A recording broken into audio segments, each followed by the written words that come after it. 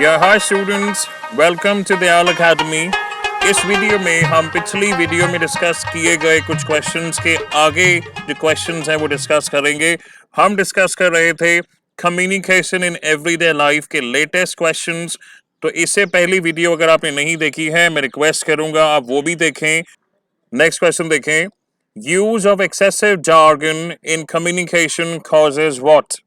Jargon हमने देखा है ऐसे स्पेशल और टेक्निकल वर्ड्स जो किसी पर्टिकुलर प्रोफेशन में ही यूज किए जाते हैं, उसी प्रोफेशन के लोग समझ सकते हैं, उन्हें कहते हैं जार्गन्स। तो अगर आप बहुत ज़्यादा जार्गन्स यूज करते हैं अपना मैसेज डिलीवर करने के लिए, तो इससे क्या हो सकता है आप देखें, ये है बैरियर्स टू कम्युनिकेशन, या फिर यूं बोलें तो बैरियर्स टू इफेक्टिव कम्युनिकेशन।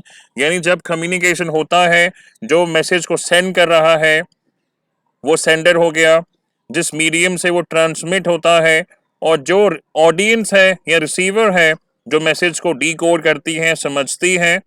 इस पूरे कम्युनिकेशन प्रोसेस को अगर इफेक्टिव बनाया जाए तभी कम्युनिकेशन का पर्पस सॉल्व होता है। लेकिन इस कम्युनिकेशन प्रोसेस में अगर कोई भी बाधा उत्पन्न होती है, यानी एनी हिंड्रेंस और बैरियर, तो उसे हम बैरियर टू कम्युनिकेशन बोलते हैं। अब बैरियर्स टू कम्युनिकेशन के फर्दर कैटेगरीज होती हैं, टाइप्स होती हैं। इनमें से एक छोटा सा एग्जांपल मैं आपको देना चाहूँगा। जैसे मान लें जब आप किसी से बात कर रहे हैं और आपके सराउंडिंग्स बहुत नॉइजी हैं, यानी बहुत शोर हो रहा है, तो जो आप बोल रहे हैं रिसीवर को समझ में थोड़ा कम आएगा क्योंकि उन्हें साथ में शोर भी सुनाई देगा। तो ये जस्ट एक एग्जांपल है बैरियर टू कम्युनिकेशन का। लेकिन हमको यहाँ पे थोड़ा डीप में समझना होगा कि फिजियोलॉजिकल बैरियर या फिजियोलॉजिकल नॉइज क्या होती है, साइकोलॉजिकल नॉइज या बैरियर क्या होता है, और सिमेंटिक नॉइज क्या होती है।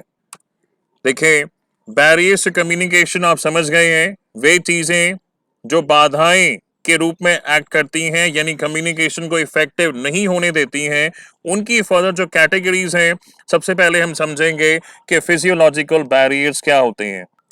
Physiological barriers are related with the limitations of the human body and the human mind, जैसे कि हमारी मेमोरी, अटेंशन एंड परसेप्शन, जिसकी वजह से जो मैसेज सेंड कर रहा है और जो मैसेज रिसीव कर रहा है वो क्लियरली मैसेज भेज नहीं पाते हैं या रिसीव नहीं कर पाते हैं। अब इसके अगर एग्जांपल्स की बात करें तो अगर हमारी मेमोरी लो है या कंसंट्रेशन पुअर है, या कभी कभी जब हमारी मेंटल डलनेस होती है, हम मेंटली एक्टिव नहीं होते हैं, या ये किसी मेडिकल कंडीशन की वजह से भी हो सकती है। जैसे किसी की आई साइट पुअर हो सकती है, किसी की हियरिंग एबिलिटी लो हो सकती है। तो ऐसी कोई भी मेडिकल कंडीशन जैसे visual impairment, hearing impairment, speech disorders such as stammering etcetera, ये भी इसमें काउंट किए जाते हैं। तो यानी physiological barriers are related to our body. ऐसा बिल्कुल हो सकता है कि जो मैसेज सेंड कर रहा है वो ठीक से बोल नहीं पा रहा, या कंसंट्रेशन लो है, या फिर कोई मेडिकल कंडीशन। उसके बाद नेक्स्ट जो बैरियर्स हैं, साइकोलॉजिकल बैरियर्स, इनका रिलेशन हमारे इमोशन से होता है, हमारे स्टेट ऑफ माइंड से होता है। देखें, एग्जाम्पल के तौर पर जब जो कम्युनिकेट कर रहा है, यानी सेंडर ऑफ द मैसेज, अगर वो एंग्री है, गुस्से में है, तो जो मैसेज वो भेजेगा वो पहुंच तो जाएगा, लेकिन जिस तरह से वो इंटरप्रेट होगा उसमें थोड़ा सा चेंज आ सकता है। सेम मैसेज अगर पोलाइटली कन्वे किया जाए उसका मीनिंग अलग होगा। अगर एक गुस्से की अवस्था में, क्रोध की अवस्था में मैसेज भेजा जाएगा तो आप भी जब उसे परसीव करेंगे तो आप उसे अलग तरीके से परसीव करेंगे, और जो मैसेज भेजने वाला है, जो कम्युनिकेट कर रहा है, ऐसा लगेगा कि ये बहुत एग्रेसिव है और अनअप्रोचेबल है।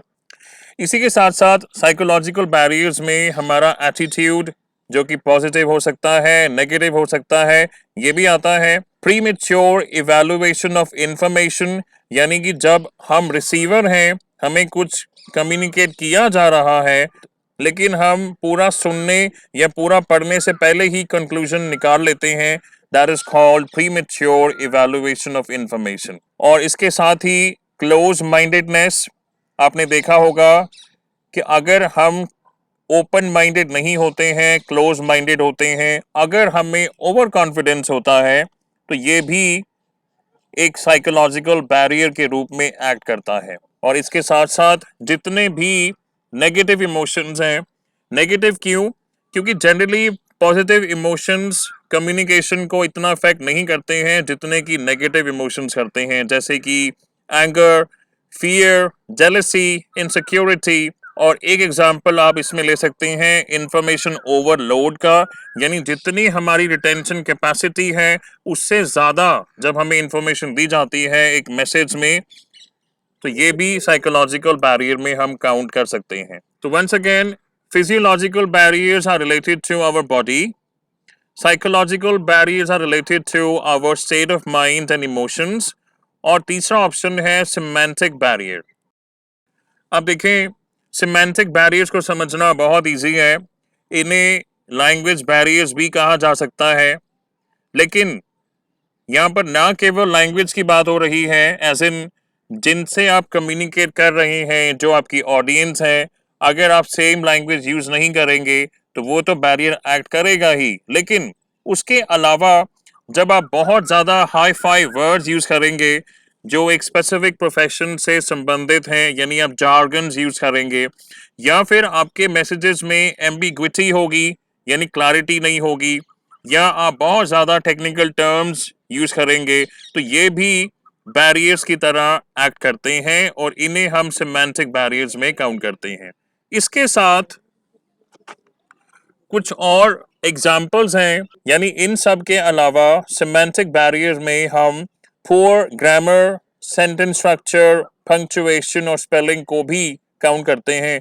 ये देखें, दो वर्ड्स हैं स्टेशनरी, यहाँ पर ई लगा है, यहाँ पर ए लगा है, तो अगर सेंडर ये गलती कर देता है लिखने में कि कौन सा वर्ड वो लिखना चाह रहे हैं, क्योंकि दोनों वर्ड्स का मीनिंग अलग है, आप जानते हैं।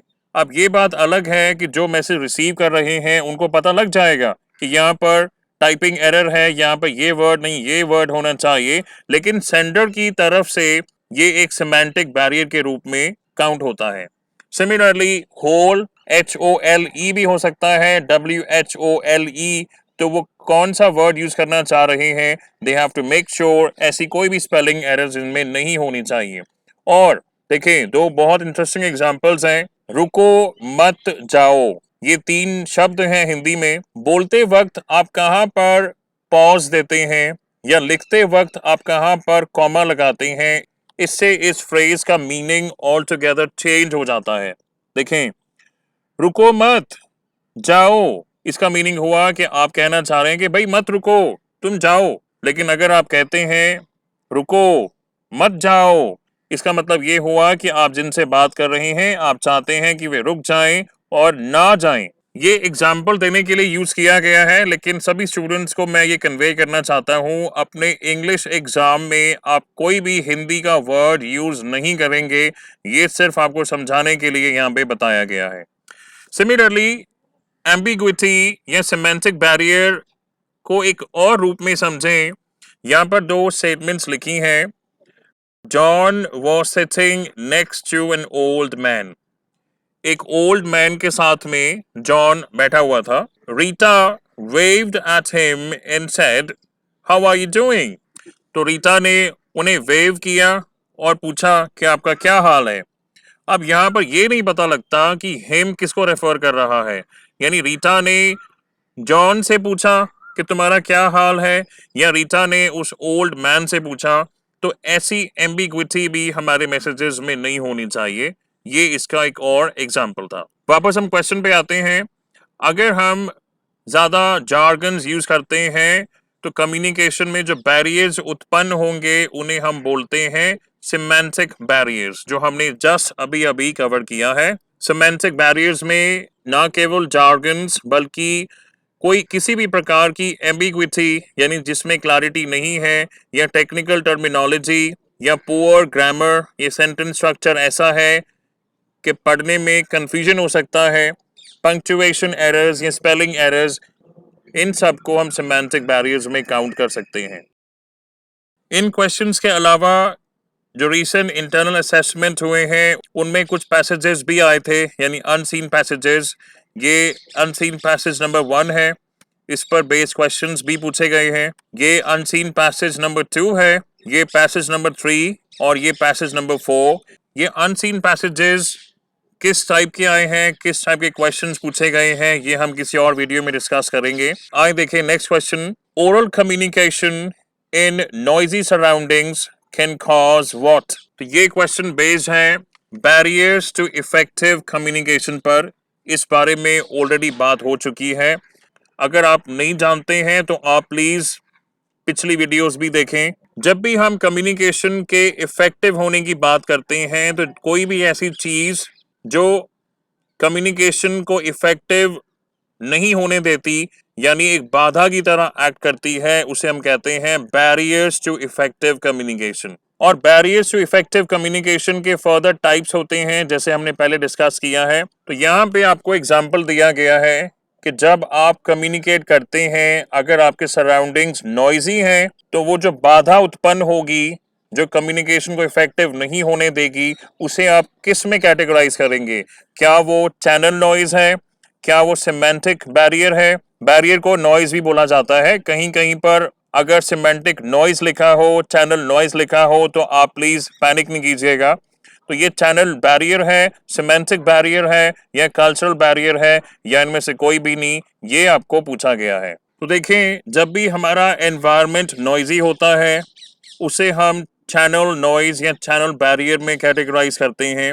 इसके अलावा और भी चीज़ें हैं जो हम चैनल नॉइज में काउंट करते हैं। फॉर एग्जांपल, अगर एक रिटन कम्युनिकेशन है और हमारी हैंड राइटिंग इलेजिबल है, यानी पढ़ने वाले को समझ में नहीं आती है, वो भी चैनल नॉइज या चैनल बैरियर में काउंट होता है। इसके अलावा जो मीडियम ऑफ ट्रांसमिशन है उसमें अगर कोई टेक्निकल या टेक्नोलॉजिकल इश्यूज होते हैं, उन्हें भी हम चैनल नॉइज या चैनल बैरियर में काउंट करते हैं। तो इस क्वेश्चन का आंसर है कि जब हमारे सराउंडिंग्स नॉइजी हैं, मान लीजिए आप फ्राइडे मार्केट में खड़े हैं, बहुत शोर हो रहा है, किसी से आप बात करते हैं फोन पे, उन्हें समझ में कम आएगा क्योंकि आपके सराउंडिंग्स नॉइजी हैं, आपके आसपास शोर हो रहा है, तो that is counted under channel noise. Next question देखें। Which of the following is an effective way of communicating with children? बच्चों से जब आप कम्युनिकेट करते हैं तो इनमें से कौन सा ऐसा तरीका है जो एक इफेक्टिव वे है कम्युनिकेट करने का? ऑप्शन देखिए, lectures, story telling, use of high pitched voice, या इनमें से कोई भी नहीं। तो आप जानते हैं बच्चों से जब भी आप बात करते हैं, जितना आप उन्हें स्टोरी टेलिंग मोड में बात करेंगे उतना ही उनको समझाना इजी हो जाता है, यानी कम्युनिकेशन इफेक्टिव हो जाता है। इसमें ऐसा नहीं है कि आप हर समय स्टोरी टेलिंग करते रहें तो बच्चे आपकी बात को समझेंगे।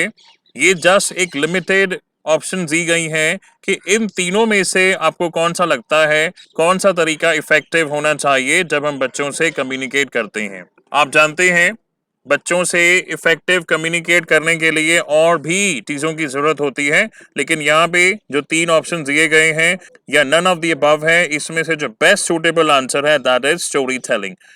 कहानियाँ सुनने से बच्चों को इंटरेस्ट आता है, हमारी बातें वो ध्यान से सुनते भी हैं। और लास्ट क्वेश्चन देखें। When you are checking the price of a specific item in a catalog, you are doing what? तो वंस अगेन ये क्वेश्चन रीडिंग टेक्निक्स पर बेस है। मुझे लगता है जितनी भी वीडियोस अब तक हमने बनाई हैं इस सब्जेक्ट पर, ये क्वेश्चन रीडिंग टेक्निक्स पर बेस है, और ऐसे कम से कम 4-5 क्वेश्चंस हम पहले भी कर चुके हैं। तो रीडिंग टेक्निक्स को डिटेल में समझने के लिए आप पिछली वीडियोस देखें। जितनी भी रीडिंग टेक्निक्स हैं, जैसे scanning, skimming, intensive reading, extensive reading, इन्हें हम डिटेल में पिछले वीडियोस में कर चुके हैं। यहाँ पर सीधा हम आंसर की बात करेंगे। देखें, आपके सामने एक कैटलॉग है और उस कैटलॉग में एक स्पेसिफिक आइटम का आप प्राइस ढूंढ रहे हैं। तो आप क्या कर रहे हैं? You are scanning. इसका पहला एग्जाम्पल हमने किया था कि जब एक न्यूज़पेपर में आप कोई स्पेसिफिक न्यूज़ ढूंढते हैं, उसे भी स्कैनिंग कहा जा सकता है। इससे मिलता जुलता एक क्वेश्चन हमने पहले डिस्कस किया था कि जब एक टेलीविजन गाइड या टेलीविजन प्रोग्राम स्केड्यूल में आप एक पर्टिकुलर टेलीविजन प्रोग्राम का टाइम देखना चाहते हैं कि जो टेलीविजन प्रोग्राम आप देखना चाहते हैं वो कितने बजे लाइव होगा, कितने बजे टेलीकास्ट होगा, तो इसको बोला जाता है स्कैनिंग। आप स्केड्यूल पढ़ जरूर रहे हैं लेकिन आपके माइंड में ये चीज सेट है कि जोन सा प्रोग्राम आपको देखना है आप वो ढूंढ रहे हैं, तो ये बिल्कुल मिलता जुलता क्वेश्चन है। यानी कि इस क्वेश्चन में एक कैटलॉग जब आप पढ़ते हैं लेकिन एक स्पेसिफिक एक पर्टिकुलर आइटम का प्राइस ढूंढ रहे हैं, चेक कर रहे हैं, तो आप क्या कर रहे हैं, यू आर स्कैनिंग। जो रीडिंग टेक्निक आप अपना रहे हैं उसको बोला जाता है स्कैनिंग। इसके आगे के क्वेश्चंस हम नेक्स्ट वीडियो में कवर करेंगे। जाने से पहले आप ये समझते जाइए कि हमारे चैनल पर जितनी भी वीडियोस बनाई जाती हैं उन्हें प्लेलिस्ट में ऑर्गेनाइज किया जाता है आपकी कन्वीनियंस के लिए। Mostly videos semester wise create की जाती हैं। ये देखें, ये फर्स्ट सेमेस्टर की प्लेलिस्ट है, ये सेकेंड सेमेस्टर की प्लेलिस्ट है। इनके अलावा जिन सब्जेक्ट्स को हम डिटेल में पढ़ाते हैं, सारे वीडियो लेक्चर्स अपलोड किए जाते हैं, उन सब्जेक्ट्स की प्लेलिस्ट आपको अलग से भी यहाँ नजर आएगी। For example value addition course में reading Indian fiction in English, इसकी प्लेलिस्ट अलग से आपको यहाँ मिल जाएगी। कुछ स्टूडेंट्स इसे फर्स्ट सेमेस्टर में पढ़ते हैं, कुछ स्टूडेंट्स इसे सेकंड सेमेस्टर में पढ़ेंगे। सिमिलरली डिसिप्लिन सब्जेक्ट्स की प्लेलिस्ट यहाँ पर अलग से क्रिएट की गई हैं, और जो सब्जेक्ट हमने आज पढ़ा है कम्युनिकेशन इन एवरीडे लाइफ, इसकी भी आपको अलग से सेपरेट प्लेलिस्ट यहाँ पर नजर आएगी। Okay, so this is it for this video. Guys, if you like the video, please share it with your friends and subscribe to our channel, and thank you for watching.